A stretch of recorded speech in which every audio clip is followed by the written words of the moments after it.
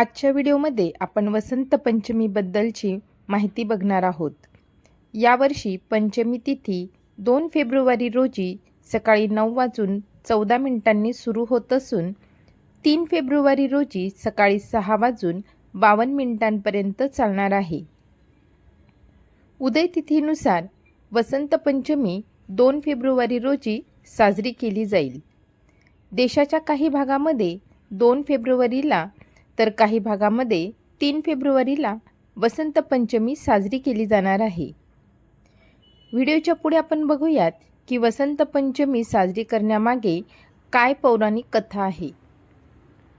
पौराणिक कथेनुसार वसंत पंचमी आणि सरस्वती पूजन करण्यामागे अत्यंत रोचक अशी कथा सांगितली जाते. कथा या प्रकारे आहे. अशी मान्यता आहे की सृष्टीरचयिता ब्रह्माने जेव्हा जीव आणि मनुष्यांची रचना केली होती तेव्हा ब्रह्माने आपल्या संसाराकडे बघितले तेव्हा त्यांना सगळीकडे निर्जन असल्याचे जाणवत होते. वातावरण अगदी शांत होतं, ज्यात कुठलीही वाणी नव्हती.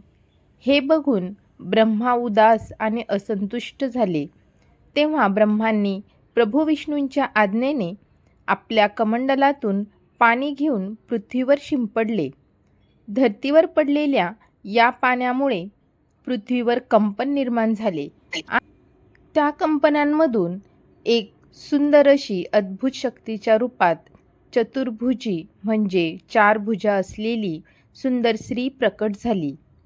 त्या देवीच्या एका हातात वीणा, दुसरा हात हा वर मुद्रित केलेला आणि इतर दोन्ही हातांमध्ये पुस्तकं आणि माळ होती. ब्रह्माने त्या स्त्रीला वीणा वाजवण्याचा आग्रह केला. तेव्हा वीणाच्या सुरांमुळे पृथ्वीवरील सर्व जीवजंतूंना वाणी प्राप्त झाली. त्या क्षणानंतर देवीला सरस्वती असे म्हटले गेले. त्या देवीने वाणीसह विद्या आणि बुद्धी देखील दिली. वसंत पंचमी देवी सरस्वतीच्या जन्मोत्सवाच्या रूपात देखील साजरी केली जाते. या देवीला बागीश्वरी, भगवती, शारदा, वीणावादनी, वाघदेवी अशा अनेक नावांनी ओळखले जाते. संगीताची उत्पत्ती केल्यामुळे तिला संगीताची देवी म्हणून देखील पूजलं जातं. व्हिडिओच्या पुढे आपण बघूयात की वसंत पंचमीच्या दिवशी कशी पूजाविधी करावी. तर सर्वात प्रथम सकाळी लवकर उठून स्नानविधी वगैरे आटोपून पूजेच्या ठिकाणी एका चौरंगावर लाल किंवा पिवळे वस्त्र पसरवावे. त्यावर सरस्वती देवीचा फोटो किंवा मूर्ती असेल तर तिची प्रतिष्ठापना करावी. त्यानंतर कलश, गणपती, नवग्रहाची पूजा करून देवी सरस्वतीची पूजा करावी. मिठाई अर्पण करावी, आरती करावी. तर या ठिकाणी मी सर्वात आधी एका पाटावर लाल वस्त्र अंथरून घेतले आहे. सर्वात प्रथम दिवा लावून घ्यायचा आहे. दिव्याला नमस्कार करून पूजेची सुरुवात करायची आहे. पूजेची सुरुवात ही संकल्पाने करावी. संकल्प कसा करावा याबद्दलची माहिती मी आधीच्या व्हिडिओमध्ये सांगितली आहे. तो व्हिडिओ तुम्ही बघू शकता. कोणतीही पूजा ही संकल्पासोबत केली तर ती फलदायी ठरते असं म्हटलं जातं. त्यानंतर सर्वात प्रथम आता आपल्याला गणपती बाप्पाची स्थापना करून घ्यायची आहे. तर एका नागवेलीच्या पानावर थोडेसे तांदूळ ठेवून त्यावर मी गणपती बाप्पाच्या मूर्तीची स्थापना केली आहे. तुमच्याकडे छोटी गणपती बाप्पाची मूर्ती नसेल तर तुम्ही गणपतीच्या नावाने सुपारीची पूजा केली तरीसुद्धा चालते. गणपतीला हळदी, कुंकुम, चंदन तसेच लाल फूल, दुर्वा हे सर्व अर्पण करावे. गणपतीची आरती करून घ्यावी. गणपती बाप्पाला गुळ खोबऱ्याचा नैवेद्य दाखवावा. त्यानंतर गणपती बाप्पाची मनोभावे प्रार्थना करावी. त्यानंतर आपल्याला मंगल कलशाची देखील या ठिकाणी स्थापना करून घ्यायची आहे. त्यानंतर जर तुमच्याकडे माता सरस्वतीची मूर्ती असेल तर त्या मूर्तीची पंचोपचार किंवा षोडशोपचार पूजा करून घ्यायची आहे. सरस्वती पूजन करताना ध्यान मंत्र या कुंदेंतु तुषार हार धवला, या शुभ्रवस्त्रावृता, या वीणावरदंड मंडित करा, या श्वेत पद्मासना, या ब्रह्माच्युत शंकर प्रभृतिर्भिदेवे सदा वंदिता सा मां पातु सरस्वती भगवती निःशेष जाड्या पहा.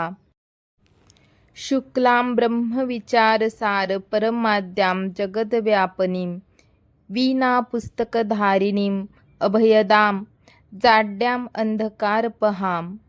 हस्ते स्फाटिक मालिकां विदधतीं पद्मासने संस्थितां वन्दे तां परमेश्वरीं भगवतीं बुद्धिप्रदां शारदाम्. हा मंत्र म्हणून पूजेची सुरुवात करायची आहे. तर सर्वात प्रथम माता सरस्वतीच्या मूर्तीला स्नान घालून घ्यायचे आहे. तर या ठिकाणी मी एका ताम्हणामध्ये माता सरस्वतीची मूर्ती ठेवून घेतली आहे.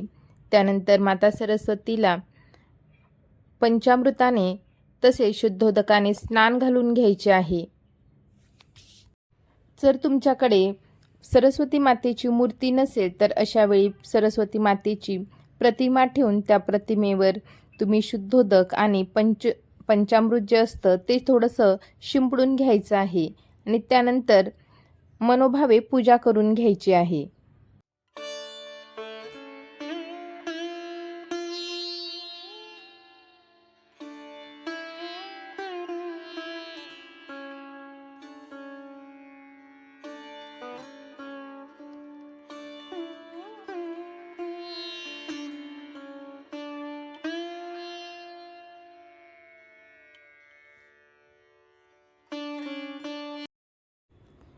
यानंतर आपण मांडलेल्या पाटावर माता सरस्वतीची स्थापना आपल्याला करायची आहे. सरस्वती माता ही विद्या, बुद्धी, ज्ञान आणि वाणीची देवी म्हणून ओळखली जाते. ती नेहमी शास्त्रज्ञान देणारी आहे. वसंत पंचमीच्या दिवशी त्यांच्या विशेष अर्चना, पूजा आणि व्रतोत्सवाच्या माध्यमातून त्यांची प्राप्ती केली जाते. भगवती सरस्वतीच्या पूजेसाठी सार्वजनिक मंडळांमध्ये देवीच्या मूर्तीची स्थापना केली जाते, मनोभावे पूजा केली जाते. बऱ्याच ठिकाणी अशा प्रकारचे मंडळं आपल्या भागामध्ये सरस्वती मातेच्या मूर्तीची स्थापना करतात. अनेक ग्रंथांमध्ये माता सरस्वती आणि त्यांच्या पूजेच्या दिव्य स्वरूपाशी संबंधित असलेले मंत्र, यंत्र आणि वेगवेगळ्या पद्धतींचा उल्लेख बघितला जातो. सरस्वती मातेच्या मूर्तीला आपण चंदन, हळदी, कुमकुम, अक्षत हे सर्व अर्पण करावे. सुगंधी द्रव्य अर्पण करावे. जी फुलं अवेलेबल असतील ती फुलं अर्पण करावी. पिवळे वस्त्र अर्पण करावे. पिवळी फुलं जर अवेलेबल असेल तर पिवळ्या रंगाची फुलं देखील अर्पण करावी. पुस्तक, लेखणी यामध्ये माता सरस्वतीचे स्थान मानले जाते.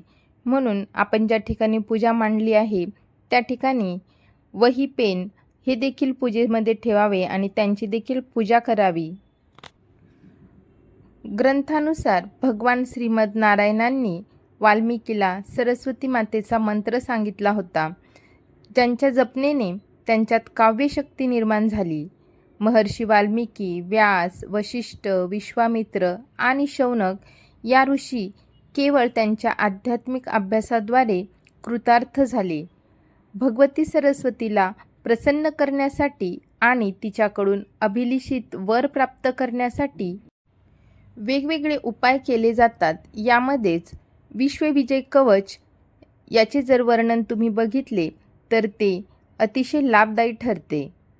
भगवती सरस्वतीच्या या विश्वविजय अद्भुत कवच धारण करून व्यास, ऋषभृंग, भरद्वाज अशा अनेक ऋषींनी सिद्धी प्राप्त केली होती. भगवती सरस्वतीची उपासना केल्यामुळे कवी कालिदासाला देखील प्रसिद्धी मिळाली.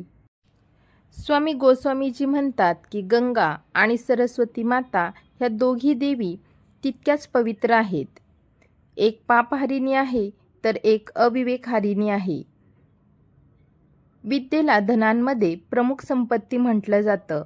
म्हणून आजच्या युगामध्ये देखील शिक्षणाला अतिशय महत्त्व दिले जाते. माता सरस्वतीची पंचोपचार पूजा केल्यानंतर पिवळ्या रंगाची काही मिठाई बनवली असेल तर ती मातेला अर्पण करावी. पांढऱ्या तिळाचा लाडू, लोण्याचा गोळा, दही साखर किंवा दूध साखरेचा नैवेद्य दाखवावा. त्यानंतर मातेची आरती करून घ्यावी. सरस्वती मातेची पूजा करताना आपल्या घरातील जी काही लहान मुलं असतात, जी सध्या शिक्षण घेत आहेत, अशा मुलांकडून माता सरस्वतीची पूजा करून घ्यावी, जेणेकरून माता सरस्वतीचा वरदहस्त आपल्या मुलांवर नेहमीच राहील. मुलांच्या अभ्यासामध्ये प्रगती होईल. बरेच जण आजच्या दिवशी सरस्वती मातेच्या यंत्राची स्थापना देखील करतात, जेणेकरून आपल्या मुलांच्या अभ्यासामध्ये विकास व्हावा. तसेच ज्या मुलांच्या अभ्यासात लक्ष लागत नाही, कॉन्सन्ट्रेशन वाढत नाही, अशा मुलांसाठी देखील माता सरस्वतीच्या यंत्राची स्थापना करून पूजा केल्याने अतिशय लाभ झालेला बघितला जातो. पूर्वीच्या काळी खापराच्या अशा काळ्या रंगाच्या पाट्या राहायच्या आणि सोबत खडू असायचा. तर आजकाल असे रेडीमेड असलेल्या काळ्या रंगाच्या ॲक्रिलिकवर सरस्वती मातेचे यंत्र तयार केलेले मिळतात, किंवा तुम्ही अशा प्रकारे एखाद्या काळ्या रंगाच्या पाटीवर खडू किंवा पेन्सिलच्या साहाय्याने सरस्वती यंत्र तयार करून ते आपल्या पूजामध्ये ठेवू शकता.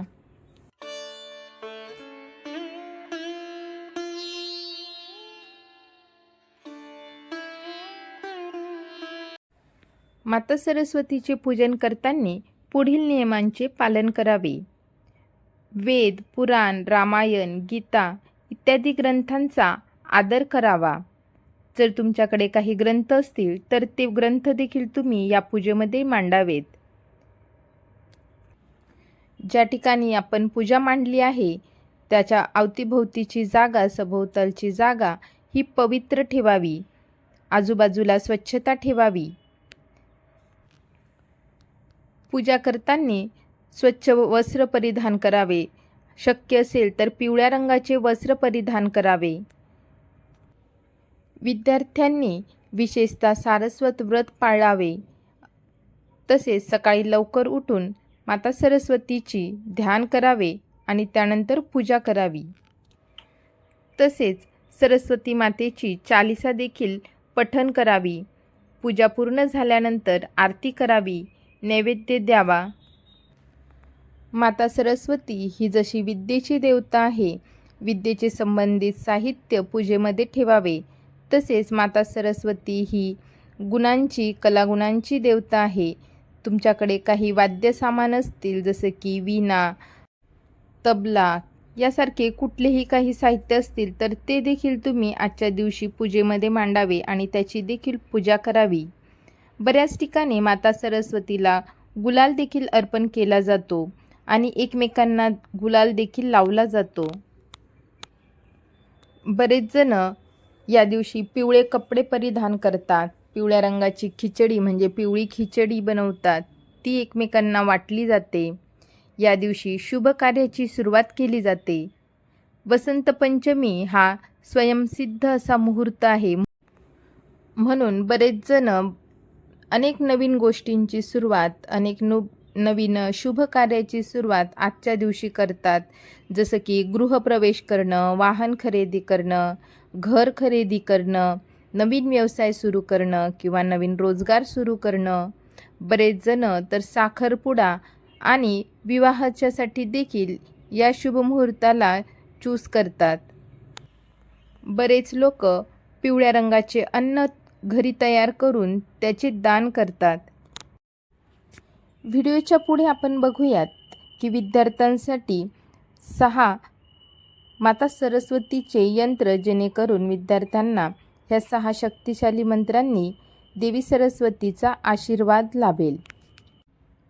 ओम ऐं वागदेवये विद्महे कामराजया धीमहि तन्नो देवी प्रचोदयात. म्हणजेच ओम, आपण वाग्देवतेचे चिंतन करूया. ती वाग्देवी आपल्याला प्रेरणा देईल आणि ज्ञान देईल. दुसरा मंत्र ओम. ओम हा मंत्र ज्ञान, बुद्धी आणि वक्तृत्व प्रदान करण्यासाठी देवी सरस्वतीचा आशीर्वाद देतो. ओम श्रीं ह्रीं सरस्वत्याय नमः. हा मंत्र देवी सरस्वतीला अभिवादन आहे. तिच्या बुद्धी, सर्जनशीलता आणि शिक्षणासाठी दैवी आशीर्वाद मागतो. ओम वागीश्वरी श्रीं क्लीं. हा मंत्र देवी सरस्वतीला वाक आणि विद्येची देवी म्हणून सन्मानित करतो. वक्तृत्व आणि ज्ञानासाठी तिला आशीर्वाद देतो. ओम ह्रीं श्रीं वागदेवाय सरस्वत्याय नमः. हा मंत्र वाणी, बुद्धी आणि कलात्मक अभिव्यक्तीवर प्रभुत्व मिळवण्यासाठी देवी सरस्वतीचा आशीर्वाद देतो. ओम शारद्याय नमः. हा मंत्र देवी सरस्वतीला अभिवादन आहे, जो ज्ञान आणि बुद्धीसाठी दैवी आशीर्वाद देतो.